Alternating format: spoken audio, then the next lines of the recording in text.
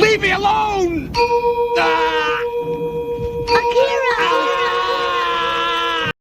Hi, so I've decided to create a multiplayer version of my really old project. As you may guess from the intro, it wasn't the most enjoyable way of spending my weekend. But the result of it is still positive because, hey, I've never done such a thing, and only in 2 days I created something worth mentioning there. Alright, let's start with the theory. We need to run 2 copies of the game and send informations about positions and spawned objects to each of them. But I have no experience, the project has not so pretty code inside and not multiplayer friendly. So maybe I should start with something smaller, but I don't have time for this, I prefer to suffer instead. The first step is to figure out what's going on. The first option is this Blackthorn Prods tutorial. It's excellent for beginning and it runs on Photon engine, which is free and it's a good price. And the second option for me is to use CodeMonkey's tutorial. It is way longer, but uses official Unity's tools. They are newer, they seem to be more powerful, but I confused Multiplay tool, which requires payment information, I don't want to give them that, with Unity's Relay, which is just 1 position lower in the list. Well, it happens. So here I am with the Photon engine and I'm not allowed to publish the game because its free version is only for development purposes. Step 2 is adding that to a 3 years old game.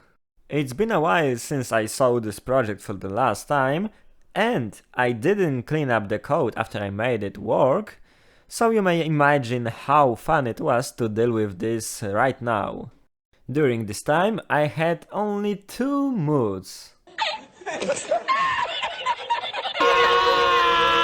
Alright, so I've installed Pan and created a lobby just like in the tutorial and added photon view and position synchronization. Easy. For the rest of the project I had to improvise. You know, first I had big ambitions. I wanted to throw players at this menu and let them start multiplayer session from there, but it turned out to be way more complicated than that. So after a few tries, I started helping myself with the documentation, which is a reasonable thing to do if you don't know what you are doing. With this help, I created this abomination. One of the players starts the game, while the other one looks at him and is still in the main menu. Okay, after a few fixes, I created this abomination, in which one of the players waits in the lobby and the other one is playing the game. What's happening? It turns out that I also need to synchronize the scene. Which makes sense, of course. Okay, so the next problem is that obstacles spawn locally and we need to spawn them on the server. So those spikes need to be duplicated and also this gap needs to be calculated and sent to all of the players. It happens after the spike obstacle is created. Another thing is that this spike follows one of the players, while making the game of the other one simply boring. I'm sure it won't be easy to fix it at the current state of the game, so I'm just going to cut it out.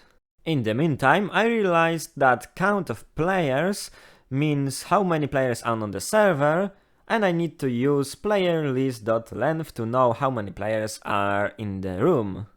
That helped me with figuring out what's going on in this situation. So I get rid of some of the obstacles types and also change my headshot scene to make this less annoying to continue. Only to figure out that I created a new bug. Yeah. It hurts my heart, but I could not synchronize those animations in time. I tried this simple photon synchronization tool and also RCP communication, but both failed because of my poor code for this part of the game. I mean, look at this. That's the only thing making this simulation look crappy. And oh wow, no! For all of this time I did not notice that one obstacle that should be removed from the game.